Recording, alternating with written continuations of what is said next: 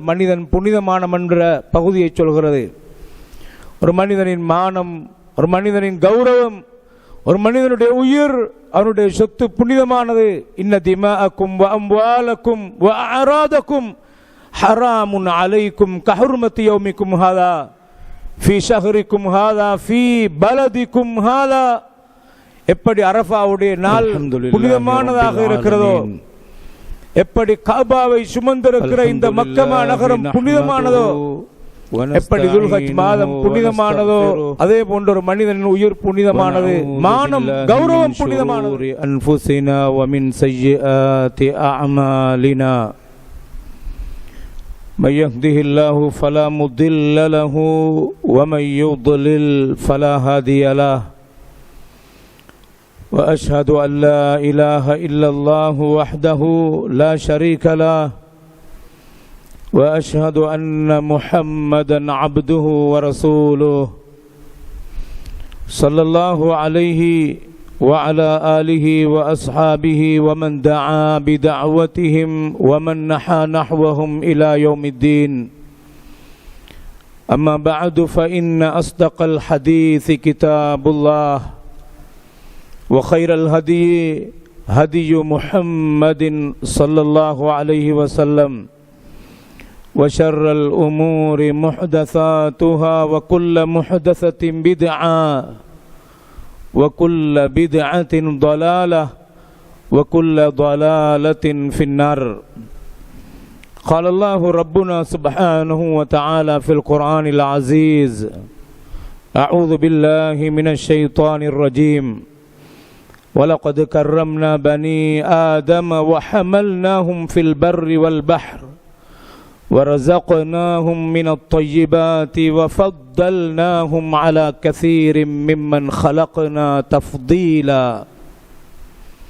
எல்லா புகழும் புகழ்ச்சியும் வல்ல அல்லாஹ் ஒருவனுக்கு எப்போதும் சொந்தமானது. அருளாளனும் அன்பாளனும் அவனே.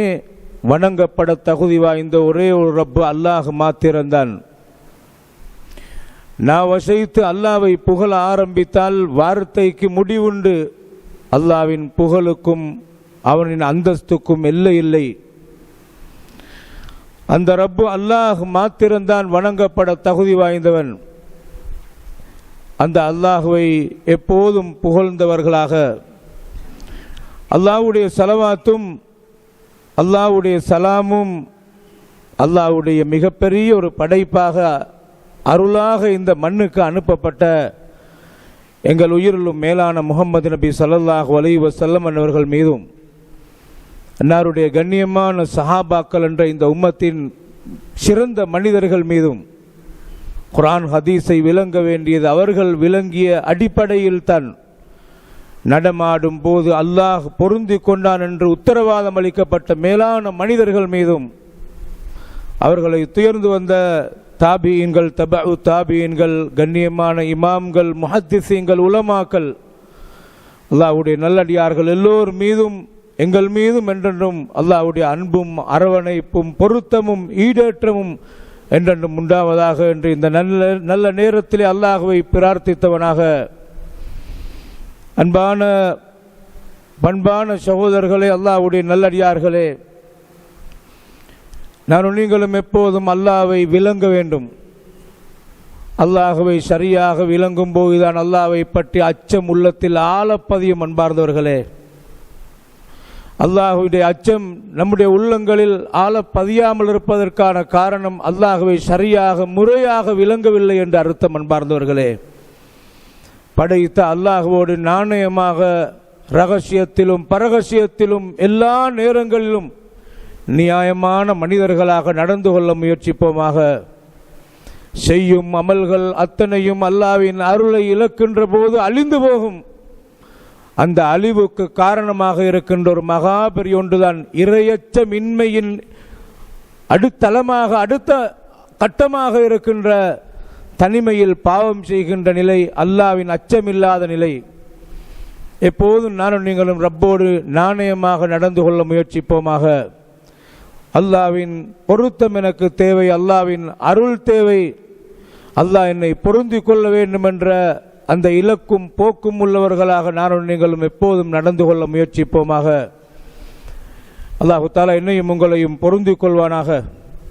ஈமானோடு வாழ்ந்து அமலோடு வாழ்ந்து ஈமானோடு மரணிக்கக்கூடிய மகத்தான பாக்கியத்தை எனக்கும் உங்களுக்கும் எல்லோருக்கும் அல்லாஹ் தந்தருள்வானாக.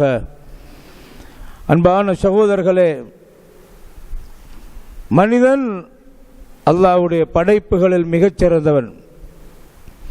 அல்லாஹு தஆலா இந்த மனிதனை கண்ணியப்படுத்தி இருக்கிறான். மனிதன் புனிதமானவன். அல்லாஹு தஆலா அல் குர்ஆனில் 17வது அத்தியாயத்தின் 70வது வசனத்தில் வலகது கர்ரம்னா பனி ஆதம், ஆதமுடைய பிள்ளைகளான இந்த மனிதர்களை நாங்கள் சங்கைப்படுத்தி இருக்கிறோம் என்று அல்லாஹ் சொல்கிறான். வஹமல்னாஹும் ஃபில் பர்ரி வல் பஹர், இவர்களை தரையிலும் கடலிலும் நாங்கள் சுமந்து கொண்டு போகிறோம். வரஸக்னாஹும் மினத் தய்யிபாத், இவர்கள் உண்பதற்காக அனுபவிக்க மனமானவற்றை நாங்கள் ரிஸ்காக கொடுத்தோம். வஃபத்தல்னாஹும் அலா கஸீரின் மிம்மன் ஹலக்னா தஃதீலா, அல்லாஹ்வுடைய ஏராளமான படைப்புகள் இருக்க அப்படைப்புகள் எல்லாத்தை காட்டிலும் அல்லாஹ் இந்த மனிதர்களை சிறப்பாக்கி இருக்கிறேன் என்று அல்லாஹு தஆலா சொல்கிறான். மனிதன் புனிதமானவன். ஒரு மனிதன் மற்ற மனிதனை புனிதமானவனாக பார்க்க வேண்டிய அதே நேரத்தில் தன்னை அவன் புனிதமானவனாக பார்க்கிறானா என்ற பகுதியைத்தான் இந்த ஹுத்பாவிலே நான் சுருக்கமாக பார்க்க முயற்சி செய்கிறேன். ஒரு மனிதன் வாழும் காலத்தில் அவன் தன்னை புனிதமானவனாக பார்த்தோ இல்லையோ, அவன் மரணித்தால் அவனை புனிதமானவனாக பார்க்க வேண்டும் என்பதற்குரிய சட்டங்களை இஸ்லாம் சொல்கிறது. அவன் சுத்தமாக வாழ்ந்தானா இல்லையா என்பதை தாண்டி அவன் மரணித்தால் அவனை மொத்த மனிதர்களும் குளிப்பாட்டுவது கடமையாக இருக்கிறது. அவனை வெள்ளை ஆடையால் கபன் செய்ய வேண்டும். அவன் முஸ்லிம் என்ற அடிப்படையிலே எல்லோருக்கும் முன்னால் அவன் மையத்தாக வைத்து அவனுக்கு இறுதி கௌரவமாக அவனுக்கு துவாவாக அந்த தொழுகையை, சுஜூத் இல்லாத தொழுகையை நிலைநாட்ட வேண்டும். அந்த மனிதனை கண்ணியமான முறையிலே நல்லடக்கம் செய்ய வேண்டும் என்ற பகுதிகள் மனிதன் புனிதமானம் என்ற பகுதியை சொல்கிறது. ஒரு மனிதனின் மானம், ஒரு மனிதனின் கௌரவம், ஒரு மனிதனுடைய உயிர், அவனுடைய சொத்து புனிதமானது. இன்ன திமாஅக்கும் வ அம்வாலக்கும் வ அராதக்கும் ஹராமுன் அலைக்கும் கஹுர்மத்தி யௌமிக்கும் ஹாதா ஃபீ ஷஹரிக்கும் ஹாதா ஃபீ பலதிக்கும் ஹாதா.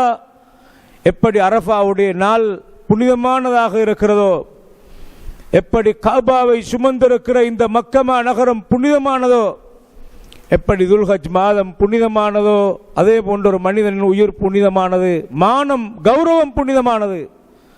யாருக்கும் நினைத்த விதத்திலே 4 பேருக்கு முன்னால் தண்ட மனைவியாக இருக்கலாம், மானத்திலே கை வைக்க முடியாது.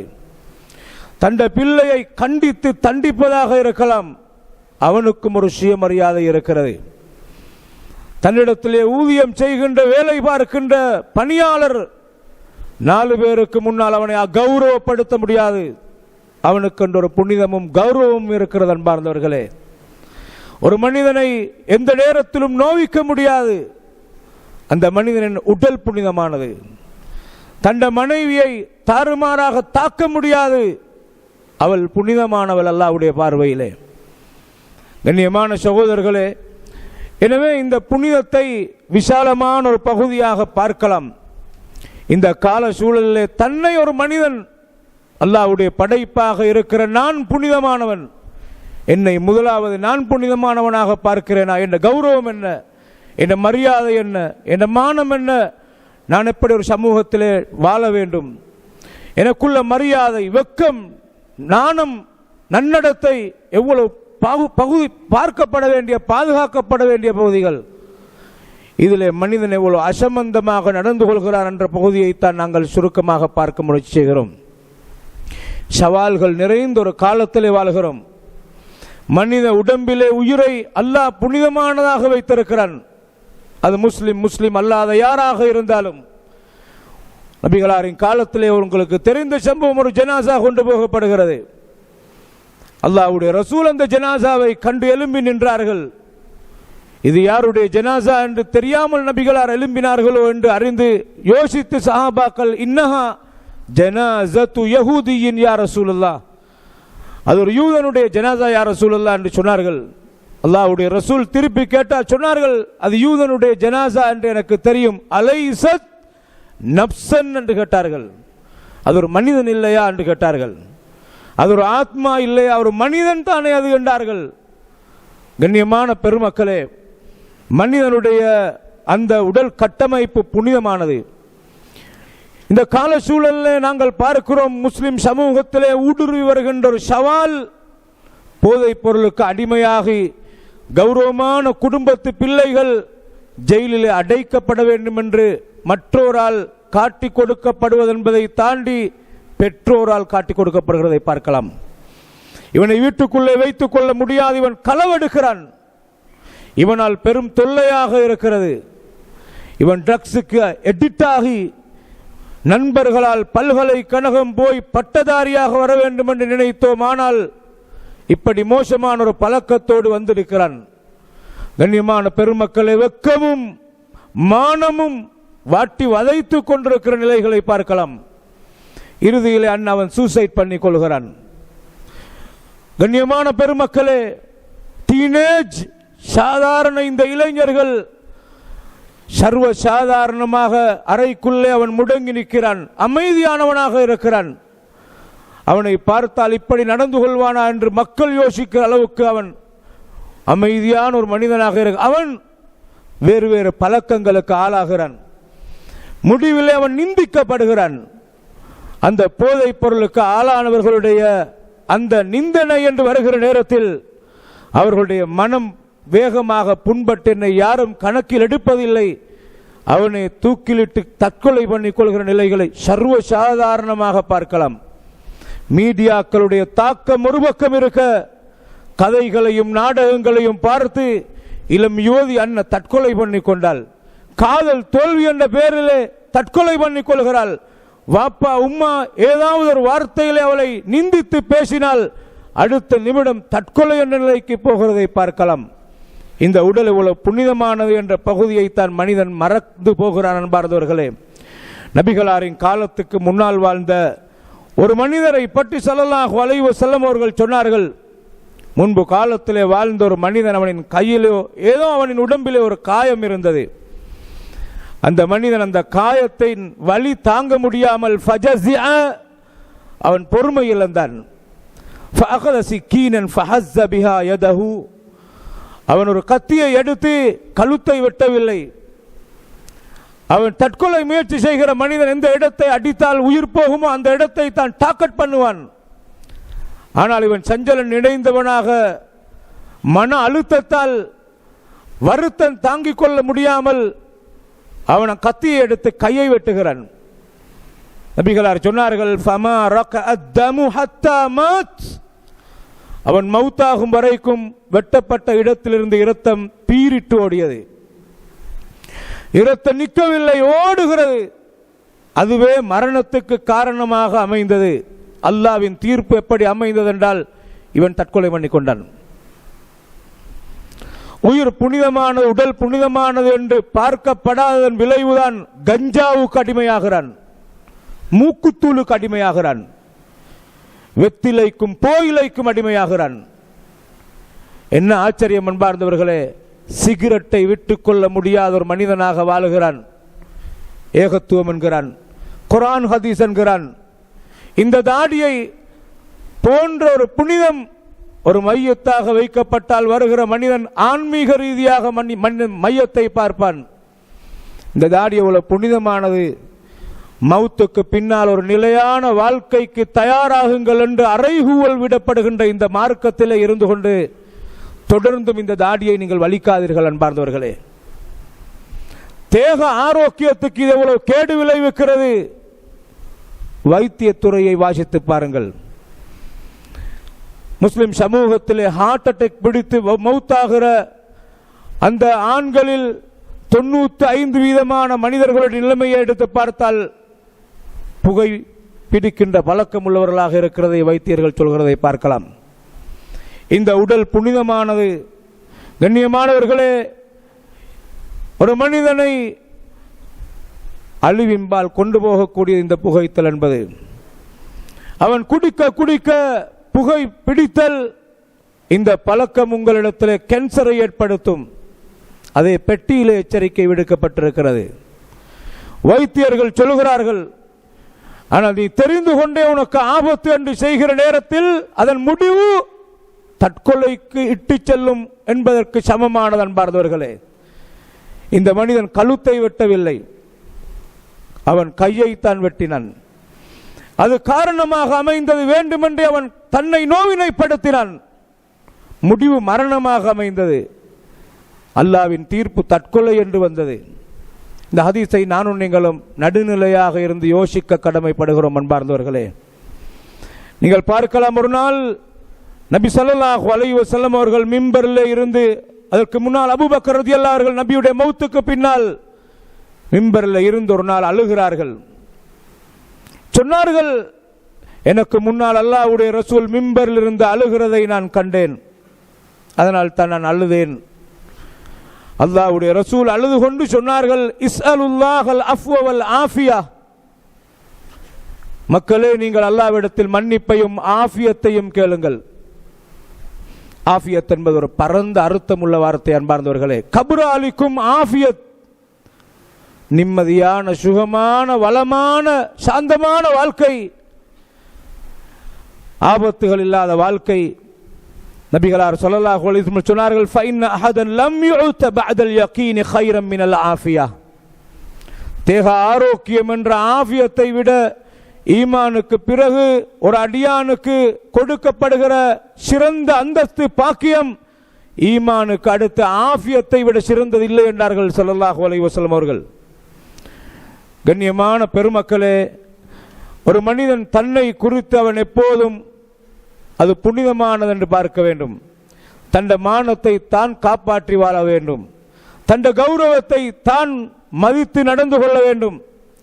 ஆடை அணிகிற நேரத்தில் அவன் பொருத்தமான ஆடைகளை அணிய வேண்டும்.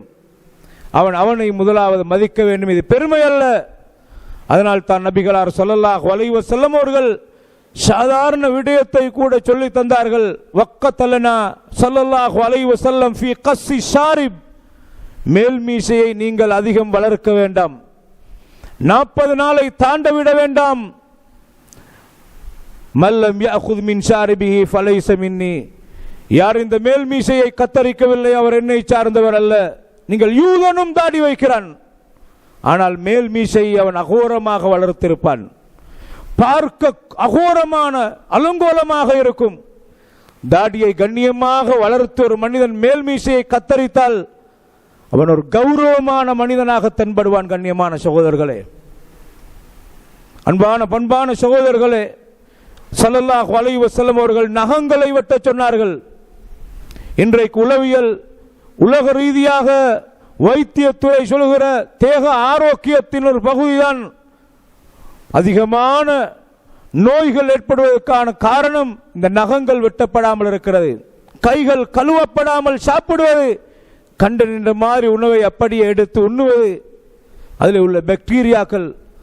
கண்ணியமான சகோதரர்களே, நகங்களை வெட்ட சொன்னார்கள். அது கால் நகமாக இருக்கலாம், கை நகமாக இருக்கலாம்.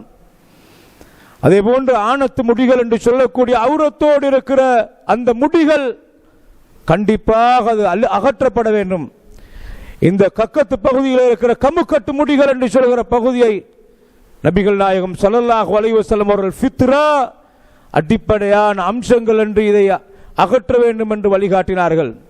இந்த மாதிரியான சுத்தத்தை பற்றி பேசுகிற ஒரே ஒரு தத்துவமான மார்க்கம் இஸ்லாம் மட்டும்தான். அன்பார்ந்தவர்களே, நீங்கள் பார்க்கலாம், தேக ஆரோக்கியத்துக்கு களங்கத்தை ஏற்படுத்துகிற இன்னொரு ஆபத்தான சவால் தான் இரவு தூக்கம் சாகடிக்கப்படுவது. அன்பார்ந்தவர்களே, போனை நோண்டி நோண்டி நோண்டி நோண்டி படுக்கிறான், பக்கத்திலே மனைவி கடுமையாக தூங்குகிறாள், இவன் தூக்கம் இல்லாத ஒருவனாக வளர்ந்திருக்கிறான். பாவம், அந்த பெண்ணை பெற்றெடுத்த அப்பாவி குடும்பம் இந்த மாப்பிள்ளையின் நிலைமைகளை பற்றி பகுப்பாய்வு செய்யவில்லை, தேடவில்லை. உம்மா வாப்பாவின் கௌரவத்தை பார்த்து மகனை தீர்மானித்தார்கள். முடித்து கொடுத்தால் இரவு தூக்கம் சாகடிக்கப்பட்டவனாக இருக்கிறான். இரவு தூக்கம் இல்லை.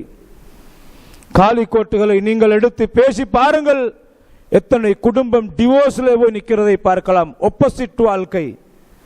மகளை பயிற்றுவிக்கப்பட்டிருப்பது 10 மணிக்கும் 10:30 மணிக்கும் தூங்க வைத்து பழக்கப்பட்ட அந்த குடும்பத்தில் இவன் வந்து சேருகிறான். வந்த நாள் இருந்து பார்த்தால் இரவில் தூக்கமில்லை. 1 மணிக்கும் 2 மணிக்கும் தான் தூக்கம் வருகிறது. மகள் தூக்கம் என்று ஒரு நாள் விழித்திருந்து மாப்பிள்ளை வரும் வரைக்கும் பார்க்கிறாள். 12 மணி தாண்டித்தான் அவர் வீட்டுக்கு வருகிறார். பாவம், அந்த புதிய பெண் மணப்பெண் விழுத்திருக்கிறாள். தாயும் சேர்ந்து விழுத்திருக்கிறாள். நடக்கிற சம்பவத்தை சொல்கிறேன். கண்ணியமான பெருமக்களே, அந்த தாயோடு சேர்ந்து அந்த பிள்ளையினுடைய தகப்பனும் விழுத்திருக்கிறாள். 1 நாள் 2 நாள் பொறுமையாக இருப்பார்கள். என்ன இப்படி ஒரு கலாச்சாரம்?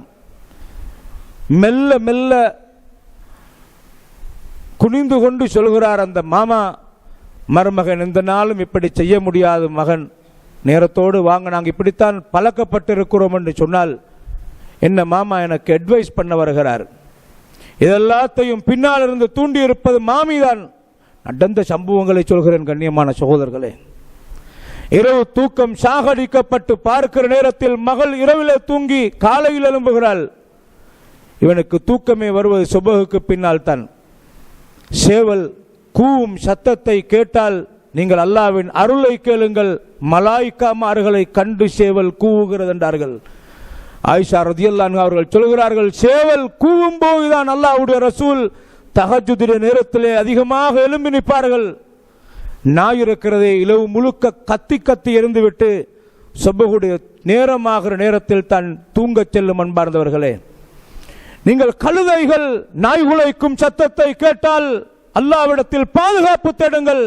சைத்தானை கண்டுதான் அது கூவுகிறது, கத்துகிறது என்றார்கள் ஸல்லல்லாஹு அலைஹி வஸல்லம் அவர்கள். இந்த நிலைக்கு இளைஞர்கள் செல்கிறதை பார்க்கலாம். எனவே தேக ஆரோக்கியத்தில் ஆக பிரதானமானது இரவு தூக்கம். அன்பார்ந்தவர்களே, கட்டாயமாக எங்களுடைய தேக ஆரோக்கியத்திலே நாங்கள் கவனம் செலுத்த வேண்டும். நீங்கள் பார்க்கலாம், ஹஜ்ரத் அப்துல்லா இப்னு அம்ர் இப்னு ஆஸ் ரலியல்லாஹு அவர்கள் அதிக ஹதீசுகளை எழுதி பாதுகாத்தவர். அவர் ஒரு இளைஞராக இருக்கிற நேரத்தில் இரவு முழுக்க நின்று வணங்குகிறார். பகல் என்றால் ஒவ்வொரு நாளும் பகலிலே நோம்பாளியாக இருக்கிறார். இந்த செய்தி நபிகளாருக்கு கேள்விப்பட்ட உடனே அப்துல்லா இப்னு அம்ர் இப்னு ஆஸை அழைத்து அலமுக்பர் அன்னக தஸூமுன் நஹார வ தகூமுல் லைல், நீங்கள் இரவு முழுக்க தொழுவதாகவும் பகலெல்லாம் நோன்பு நோற்பதாகவும் கேள்விப்பட்டேன், அப்படியா என்று கேட்டார்கள்.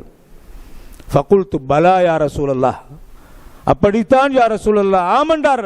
ஃபலதஃபஅல், நீங்கள் ஒருபோதும் அப்படி செய்யாதீர்கள். ஆன்மீக ரீதியாக இபாதத், அல்லாஹ்வை நெருங்க வேண்டும் என்ற வணக்க வழிபாட்டில் இப்படி செய்வதை நபிகளார் தடுத்தார்கள். சும் வ அஃப்திர் வ கும் வ நம், நீங்கள் நோன்பு பிடியுங்கள், சில காலம் நோன்பு இல்லாமல் இருங்கள், விட்டு பிடியுங்கள், இரவிலே நீங்கள் எழும்பி தொழுங்கள், தூங்குங்கள். இதை சொல்லிவிட்டு ஃபைன லிஜஸதிக அலைக ஹக்கா, நிச்சயமாக உங்களுடைய உடலுக்கு செய்ய வேண்டிய ஹக் இருக்கிறது என்றார்கள். வ இன்ன லி ஐனைக அலைக ஹக்கன், உங்களுடைய 2 கண்ணுக்கும் செய்ய வேண்டிய ஹக் இருக்கிறது. வ இன்ன லி ஸௌஜிக அலைக ஹக்கன். பாருங்க, இபாதத்தில் ஈடுபடுகிற மனிதரை பார்த்து இது மட்டுமல்ல மார்க்கம், உங்களுடைய மனைவியை கவனிப்பதும் மார்க்கம். உங்களுடைய மனைவிக்கு செய்ய வேண்டிய கடமைகள் இருக்கின்றன. உங்களுக்கு தெரியுமா கண்ணியமான சகோதரர்கள், எத்தனை குடும்பங்கள் விரக்தியோடு வாழ்ந்து கொண்டிருக்கிறதை பார்க்கலாம். எத்தனை பெண் பிள்ளைகள் மன அழுத்தத்தால் பாதிக்கப்பட்டு வாழுகிறதை பார்க்கலாம். அமைதியாக அடக்கி இருந்து விட்டு வெட்டிக்கிற குடும்பங்கள், பிரச்சனைகளை பார்க்கலாம். ஏன்? இளைஞர்கள் திருமணம் முடித்ததற்கு பின்னால் அந்த மனைவியின் குடும்பத்துக்கேற்ப வாழ்க்கையை திருத்திக் கொள்ளாமல், மாற்றிக்கொள்ளாமல், அதே பழக்கத்தை மாற்றாமல் போகிற நேரத்தில் இந்த விளைவு ஏற்படுகிறதை பார்க்கலாம். அன்பார்ந்தவர்களே, சொன்னார்கள், வைன்னலி ஸௌரிக அலைக ஹக்கன், உன்னை சந்திக்க வருகிற விருந்தாளிகள் அவர்களுக்கு செய்ய வேண்டிய ஹக் இருக்கிறது. நீ ஒரு அதிகாரி, நல்ல ஒரு ஆளுமை மிக்க தேவையுள்ள ஒரு ஆளாக இருக்கிறாய், ஒரு நிர்வாகியாக இருக்கிறாய், ஒரு பொறுப்பு வாய்ந்தவராக இருக்கிறாய். இரவு தூக்கம் உனக்கு சாகடிக்கப்பட்டு சுபஹுக்கு பின்னால் நீ லுஹர் வரைக்கும் படுக்கிறாய். உன்னை தேடி வருகிறவர்கள், உன் மனைவி சொல்கிற பதில் அவர் தூக்கம் தூக்கம் தூக்கம் என்றால் உன்னை சந்திக்க வருகிறவர்களுக்கு செய்ய வேண்டிய ஹக்கு இருக்கிறது என்றார்கள் ஸல்லல்லாஹு அலைஹி வஸல்லம். இதை சொல்லிட்டு நபிகளார் சொன்னார்கள், ஒரு மாதத்தில் 3 நோன்புகளை நீங்கள் நோற்றுக் கொள்ளுங்கள், அது உங்களுக்கு 10 மடங்காக 700 மடங்காக ஆக்கப்படும். அப்ப இவர் சொன்னார், அல்லாஹ்வுடைய நபியே, நான் யா ரசூலுல்லாஹ் இன்னி அஜிது குவத்தன், என்னோட உடலில் ஒரு சக்தி இருக்கிறது யா ரசூலுல்லாஹ், என்னால் பிடிக்கலாம், 3 நோன்பு அற்பமாக இருக்கிறது. அப்பதான் நபிகள் சொன்னார், ஃபசும் சியாம நபியில்லாஹி தாவூத் அலைஹி ஸலாத்து வஸ்ஸலாம், தாவூத் அலைஹிஸ்ஸலாம் பிடித்த நோன்பை நீங்கள் பிடியுங்கள், ஒரு நாளைக்கு நோன்பு ஒரு நாளைக்கு நோன்பில்லை. வலா தஸித் அலைஹி, அதை விட கூட்ட வேண்டாம் என்றார்கள். அப்படியே காலமெல்லாம் தொடராக அந்த அமலை விடாமல் வயது முதிர்ந்து போகிற காலம் வரைக்கும் அப்படியே பிடிக்கிறார்கள். வயது முதிர்ந்த காலத்திலும் இந்த ஒழுங்கை அவர் விடவில்லை. நபிகளாரிடத்தில் சொல்லிவிட்டார். சொன்னார்கள், கடைசி காலத்தில் வருத்தமாக இருக்கிற காலத்தில் சொன்னார்கள், யா லைத்தனி கபில்து ருக்ஸத்தன் நபியே ஸல்லல்லாஹு அலைஹி வஸல்லம், அல்லாஹ்வுடைய நபி எனக்கு தந்த சலுகையை நான் அப்பவே ஏற்றிருந்தால் நல்லா இருந்திருக்குமே, இப்ப வழியாக வருத்தமாக இருக்கிறது என்று சொன்னார்கள். கண்ணியமான பெருமக்களே, தேக ஆரோக்கியம் என்ற பகுதிகளில் மிக கவனமாக இருக்க வேண்டும். நபி ஸல்லல்லாஹு அலைஹி வஸல்லம் அவர்கள் ஆன்மீக ரீதியாக கூட, நபியுடைய காலத்தில் ஒரு மனிதன் ஜும்மாவுடைய நாளில் வெயிலில் நின்று கொண்டிருக்கிறார். மிம்பரிலிருந்து பார்த்த நபிகளார் கேட்டார்கள், அவர் யார்? அவர்தான் அபூ இஸ்ராயில். ஏன் அவர் அப்படி வெயிலில் நிற்கிறார்?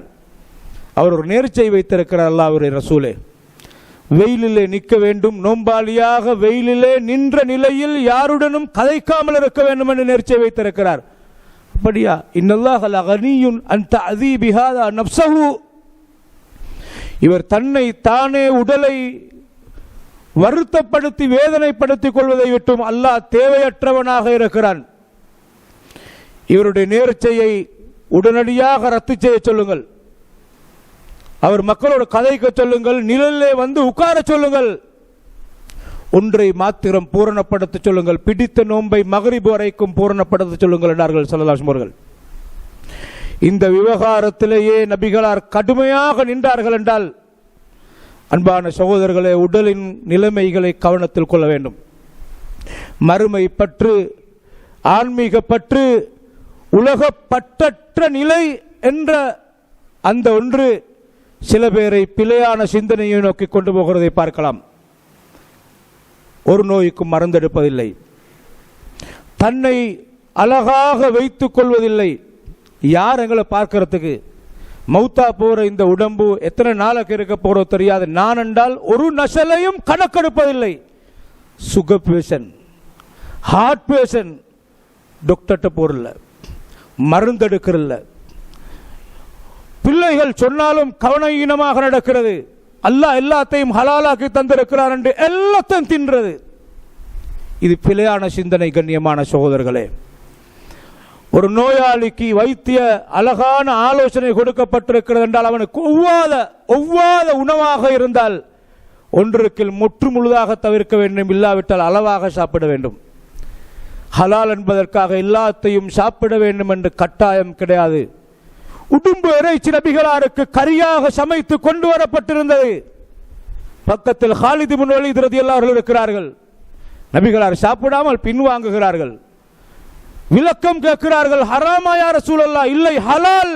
தஆஃபு நஃப்ஸி, என்ற மனம் கொஞ்சம் விரும்பாமல் இருக்கிறது, மனசுக்கு பிடிக்காமல் இருக்கிறது, அதனால் தின்னவில்லை. ஹலாலா? ஹாலித் இப்னு வலீத் சாப்பிட்டார். அவர் மனம் பிடித்தது, இவரை மனம் பிடிக்கவில்லை. மனதுக்கு பிடிக்காததையே தவிர்ந்த நபிகளார் என்ற உடலுக்கு பிடிக்காததாக இருந்தால் ஹலால் எல்லாத்தையும் திண்டு முடித்து சாக வேண்டும் என்பதல்ல அன்பார்ந்தவர்களே. எனவே ஆன்மீக ரீதியாக ததாவவ் ஃபஇன்ன லிகுல்லி தாஇன் தவாஆ, நீங்கள் நோய்க்கு மருந்து செய்யுங்கள் ஸல்லல்லாஹு அலைஹி வஸல்லம் சொன்னார்கள். 2 வகையான மருந்து இருக்கிறது. ஒன்று ஆன்மீக ரீதியான மருந்து, சூரத்துல் ஃபாத்திஹா ஓதி ருக்கியா ஷர்ஐயா செய்கிறது, துஆக்களை ஓதுவது. வலியாக இருக்கிறதா? அல்லாஹ்வுடைய சிந்தனையோடு பிஸ்மில்லா பிஸ்மில்லா பிஸ்மில்லா 3 முறை சொல்லிவிட்டு அஊது பிஇஸ்ஸத்தில்லாஹி வ குத்ரத்திஹி மின் ஷர்ரி மா அஜிது வ உஹாதிர் 7 முறை சொல்ல சொன்னார்கள். உறுதியான மனதோடு செய்தால் அது ஆரோக்கியம். கண்ணியமானவர்களே, அஜ்வா பேரித்தம்பரத்தில் ஆரோக்கியம், ஹப்பத்து சௌதா கருஞ்சீரகத்தில் ஆரோக்கியம், தேனிலே ஆரோக்கியம். தாவு மர்தாக்கும் பி சதகாத், சதக்காக்களை கொடுத்து நீங்க நோயாளிக்கு மருந்து செய்கின்றார்கள். சதக்கா ஒரு மருந்து, ஆன்மீக ரீதியான மருந்து, தவக்குலோட செய்ய வேண்டும். இன்னொரு வகை இருக்கிறது, வைத்தியர்களை அணுகிறது. அன்பார்ந்தவர்களே, எனவே மொத்தத்தில் எப்போதும் உடல் ஆரோக்கியமாக இருக்கணும் என்ற விவகாரத்தில் கவனம் செலுத்துவோமாக. எப்போதும் உடலை எங்களால் நோயினை படுத்தி எங்களையே நாங்கள் தாக்கிக் கொள்ள முடியாது. லைஸ மின்னா மன் லதமல் குதூத், கன்னத்திலே அரைந்து வலியை அவர் சஞ்சலமான நேரத்தில் கன்னத்திலே அரைந்து கொள்கிறவன். வஷக்கல் ஜுயூப், தண்ட அந்த தலையை போடுகிற அந்த ஆடையிலிருந்து பிடித்து சஞ்சலத்தின் போது கிழிக்கிறான் அவனும். ஜாஹிலியா கலாச்சாரத்தை மீண்டும் இந்த இஸ்லாத்துக்குள்ள இருந்து நடைமுறைப்படுத்துகிறவன் எங்களை சார்ந்தவன் அல்ல என்றார்கள் ஸல்லல்லாஹு அலைஹி வஸல்லம் அவர்கள். அந்த வகையில் எப்போதும் தேக ஆரோக்கியம் என்ற ஒன்றிலே கவனம் செலுத்துவோமாக. அல்லாஹ்விடத்தில் அதற்காக அல்லாஹும்ம ஆஃபினி ஃபி பதனி, அல்லாஹும்ம ஆஃபினி ஃபி சம்இ, அல்லாஹும்ம ஆஃபினி ஃபி பஸரி என்று நபிகளார் கேட்பார்கள். ஹஜ்ரத் அப்பாஸ் ரலியல்லாஹு அவர்கள் ஒரு நாள் நபிகளார் இடத்திலே வந்து, யா ரசூலல்லாஹ், எனக்கு ஒரு பிரத்யேகமாக துஆவை கற்றுத்தாருங்கள், சலில்லாஹல் ஆஃபியா, நீங்க தேக ஆரோக்கியத்தை அல்லாஹ்ட்ட கேளுங்க. போனார்கள், திரும்பி ஒரு நாள் மீண்டும் வருகிறார்கள், இன்னொரு துஆவை சொல்வார் என்று எதிர்பார்த்து சொல்லித்தாங்க யா ரசூலல்லாஹ், சலில்லாஹல் ஆஃபியா, ஆஃபியத்தை கேளுங்க என்று சொன்னார்கள். மூன்றாவது முறையும் ஒரு நாள் இன்னொரு துஆவை சொல்வார் என்று எதிர்பார்த்து வந்து கேட்டார்கள், சலில்லாஹல் ஆஃபியா, ஆஃபியத்தையே கேளுங்கள் என்றார்கள். ஒரு அடியானுக்கு ஈமானுக்கு பிறகு ஆஃபியத்தை விட மேலான ஒன்று இல்லை என்றார்கள் ஸல்லல்லாஹு அலைஹி வஸல்லம் அவர்கள். எத்தனை சகோதரர்கள் இரவு தொழுகையை 11 ரக்காத் தொழ வேண்டும் என்று ஆசைப்படுகிறார்கள், ஆஃபியத் இல்லாமல் இருக்கிறதை பார்க்கலாம். ஜும்மாவுடைய கடமையை ஒரு நாளில் நான் அறிந்த வகையில் வாழ்நாளில் ஒரு நாளில் கூட விடாமல் தொழுதேன், என்ற காலிலே வருத்தமாக இருக்கிறது, எனக்கு வந்து கொள்ள முடியாமல் இருக்கிறதே என்று அழுது கொண்டிருக்கிற ஆஃபியத்தை இழந்த எத்தனை நண்பர்களை சமூகத்திலே பார்க்கலாம். அன்பார்ந்தவர்களே, எலும்பி எலும்பி குந்தி எலும்பி தொழுகின்ற தொழுகையை என்ற முட்டு வலியாக இருக்கிறது, அழுகையாக இருக்கிறது, ஆஃபியத் இல்லாமல் இருக்கிறது. ஆஃபியத் என்பது மகா பெரிய பாக்கியம். அன்பார்ந்தவர்களே, இதனை அநியாயமாக சிகரெட்டையும் பீடியையும் சுருட்டையும் இன்னொரு நிலைகளை செய்து இல்லாமல் ஆக்கிக் கொள்வது அல்லாஹ்ட்ட பதில் சொல்ல வேண்டிய மகாபெரிய குற்றம் என்பதை நானும் நீங்களும் மறந்துவிடக் கூடாது. அல்லாஹ் எனக்கும் உங்களுக்கும் அருள் செய்வானாக. ஆகிரு தஅவானா அல்ஹம்துலில்லாஹி ரப்பில் ஆலமீன். அல்ஹம்துலில்லாஹி ரப்பில் ஆலமீன் வ ஹுவ வலியுஸ் ஸாலிஹீன் வ லா உத்வான இல்லா அலல் ஸாலிமீன். وصلى الله وسلم على سيد الأنبياء والمرسلين نبينا وحبيبنا ورسولنا محمد بن عبد الله وعلى آله وأصحابه جند الله ومن دعا بدعوتهم إلى يوم الدين. أما بعد. அன்பான கண்ணியமான சகோதரர்களே, நாங்கள் இருக்கின்ற இந்த மாதம் அல்லாஹ்வுடைய ஷஹ்ருல்லாஹில் முஹர்ரம், அல்லாஹ்வுடைய மாதம் என்று நபிகளார் வர்ணித்த முஹர்ரம் மாதத்திலே நாங்கள் இருக்கிறோம். இந்த நாட்டு பிறை கணிப்பீட்டின் அடிப்படையிலே தசுஆ 9வது நாள், ஆஷூரா 10வது நாள், இந்த 2 நோன்புகள் முக்கியமாக 2 நோன்புகள் இருக்கின்றன. இந்த மாதத்தில் செய்ய வேண்டிய ஆகப்பெரிய அமல் ஒன்று, இந்த மாதத்தின் புனிதத்தை பாதுகாத்து நடந்து கொள்வது. இரண்டாவது, இந்த ஆகப்பெரிய அமல் இந்த மாதத்தில் 2 நோன்புகளையும் பிடித்துக் கொள்வது. அந்த வகையில் இந்த நாட்டு பிறை கணிப்பீட்டின் அடிப்படையிலே நாளை சாட்டர்டே அண்ட் சண்டே, சனி ஞாயிறு, இந்த 2 நாளும் நோன்பு பிடிப்பதுதான் முக்கியமான தாசுவா ஆஷூராவுடைய. இதை கவனம் செலுத்துங்கள் அன்பார்ந்தவர்களே. இத பல பேர் இந்த நாட்களை பத்தி பிறைகளை பத்தி கவனிக்காம பெரிய பெரிய விருந்துகளை டேட்டுகளை பார்க்காம செஞ்சு கொள்றத பார்க்கலாம், மற்றவர்களையும் சஞ்சலத்துக்கு ஆளாக்குறத பார்க்கலாம். இதெல்லாம் முஸ்லிம் சமூகத்தில் விழிப்பேற்படுத்தப்பட வேண்டிய பகுதிகள் அன்பார்ந்தவர்களே. எத்தனையோ பேர் கேட்கிறார்கள், போகலாமா போகலாமா, ஆஷூரா நாள்ல என்ன செய்கிறது கண்ணியமானவர்களே. அன்பான பண்பான சகோதரர்களே, இது வருடத்துக்கு ஒரு முறை வருகிற மகா பெரிய நோன்பு. இது சுஇல அன் சியாமி யௌமி ஆஷூரா, ஆஷூரா நோன்புடைய சிறப்பு என்ன என்று நபிகளாரிடத்தில் கேட்கப்பட்டது.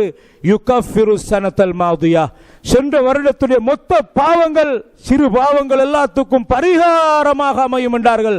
அஃதலு சியாமி பஅத ரமதான் ஷஹ்ருல்லாஹில் முஹர்ரம், ரமலானுடைய நோன்பு ஆகப்பெரிய சிறப்பு வாய்ந்தது.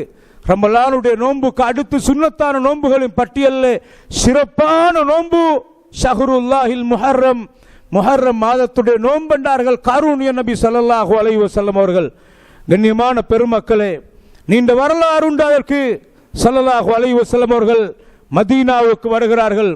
அங்கே இருந்த யூதர்கள் நோன்பு நோட்கிறதை கண்டார்கள். மஹாதல் யௌமுல்லதி தஸூமூனஹு ஃபீ, நீங்க என்ன இந்த நாளிலே நோன்பு பிடிக்கிறதை காணுகிறேன் என்று சொன்னார்கள். ஹதா யௌமுன் அதீமுன், இது ஒரு மகத்தான நாள். அன்ஜல்லாஹு ஃபீஹி மூஸா வ பனி இஸ்ராயீல் மின் அதுவில்லாஹி ஃபிர்அவுன் வ கௌமிஹி, ஃபிர்அவுனையும் அவனை சார்ந்த அவனின் கூட்டம் கொடுங்கோலர்களிலிருந்து மூசா அலைஹிஸ்ஸலாத்தையும் பனு இஸ்ராயீலையும் காப்பாற்றிய நாள் இந்த நாள்.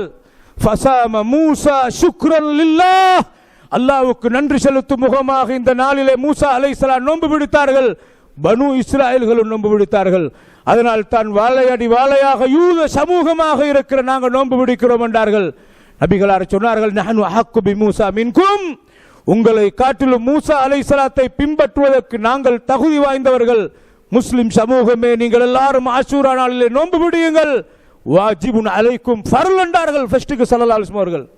எந்த அளவு கண்டா, மதீனாவுடைய எல்லைகளில் வாழ்ந்த அல்ல அவாலி தூரம் பகுதிகளில் வாழ்ந்த பகுதி மக்களுக்கு இந்த செய்தி கிடைக்கவில்லை. தூதுவர்களை நபிகளார் அனுப்பினார்கள். பகல் நேரத்திலே தான் இந்த நோன்பு ஆஷூராவுடைய நோன்பு என்ற செய்தி கிடைக்கிறது. நபிகளார் சொன்னார்கள், பக்கியத்தன் நஹர், எஞ்சிய பகல் நேரத்தை நோன்பாக மதித்து உண்ணாமல் பருகாமல் ஹயாத்தாக்கி ஆஷூராட அந்தஸ்தை பெறுகின்றார்கள். ஆஷூராவுடைய நோன்பு கடமையாக்கப்பட்ட நேரத்தில் சஹாபாக்கள் சொல்கிறார்கள், நுசவ்வி முசிபியானனா, எங்களுடைய சிறார்களை நோன்பு பிடிக்க நாங்கள் பயிற்றுவித்தோம். அவங்க பசியில அழுகிற நேரத்தில் அந்திம நேரங்களில் நஜஅலு லஹுமுல் லஅபத மினல் லிஹின், பஞ்சால் செய்யப்பட்ட விளையாட்டு பொருள்கள் அவர்களின் கையிலே கொடுத்து அரவணைத்து இந்த நோன்பு பிடிக்க வைத்தோம். அல்லாஹ்வுடைய ரசூலுக்கு ஹிஜ்ரி 2வது வருடம் ரமலானில் மொத்த மாதமும் நோன்பு பிடிக்க வேண்டும் என்ற கடுமையான சட்டம் இறங்கின உடனே நபிகளார் தூதுவர்களை அனுப்பி சொன்னார்கள், ஆஷூரா நோன்பு உங்களுக்கு ஃபர்ல் என்ற நிலையிலிருந்து மாற்றப்பட்டு விட்டது. விரும்பியவர்கள் பிடிக்கலாம், விரும்பியவர்கள் விடலாம் என்று சொன்னார்கள் ஸல்லல்லாஹு அலைஹி வஸல்லம் அவர்கள். நபிகளார் தொடர்ந்து ஆஷூரா 10வது நாள் நோன்பு பிடித்துக் கொண்டே இருக்கிறார்கள். நபியுடைய கடைசி காலம், கடைசி வருடம் சஹாபாக்கள் வந்து சொல்கிறார்கள், யா ரசூலல்லாஹ், யூதர்களுக்கு எல்லா விவகாரத்திலும் மாற்றம் செய்கிற நாங்கள் இந்த நாளிலே அவர்கள் நோன்பு நோட்கிறார்கள், நாங்களும் நோன்பு நோட்கிறோம் என்று சொன்ன உடனே அருமை தூதர் ஸல்லல்லாஹு அலைஹி வஸல்லம் அவர்கள் சொன்னார்கள், இன் பகீது இலா காபிலின் லஅசுமன்ன தாசிஆ, நான் அடுத்த வருடம் ஹயாத்தோடு இருந்தால் நான் 9வது நாள் நோன்பு நோட்பேன் என்று சொன்னார்கள். தூஃபியன் நபியு ஸல்லல்லாஹு அலைஹி வஸல்லம், அல்லாஹ்வுடைய ரசூல் அடுத்த வருடம் ஹயாத்தோடு இருக்கவில்லை, மௌத்தாகினார்கள். கண்ணியமான பெருமக்களே, இந்த நோம்பில் அதிகம் கவனம் செலுத்துங்கள், ஆர்வமூட்டுங்கள், உங்களுடைய நண்பர்களை உணர்வூட்டுங்கள், உங்கள் வீடுகளை உணர்வூட்டி விழிப்பேற்படுத்துங்கள். அல்லாஹு தஆலா இந்த சங்கையான மாதத்தில், அல்லாஹ்வின் அருள் நிறைந்த இந்த மாதத்தில் அல்லாஹ்வின் அருளுக்குரிய மனிதர்களாக அல்லாஹ் என்னையும் உங்களையும் ஆக்கி அருள்வானாக. அல்லாஹும்ம ஃபிர் லில் முஃமினீன வல் முஃமினாத் வல் முஸ்லிமீன வல் முஸ்லிமாத் الأحياء منهم والأموات إنك سميع مجيب الدعوات. اللهم أعز الإسلام والمسلمين وأذل الشرك والمشركين ودمر أعداء الدين. اللهم عليك بأعداء الإسلام اليهود والنصارى فأذلهم وشتت شملهم ودمر ديارهم وخرب مراكزهم العسكرية يا رب الجبروت والملكوت يا رحمن يا رحيم. وصلى الله وسلم على نبينا محمد وعلى آله وصحبه أجمعين والحمد لله رب العالمين.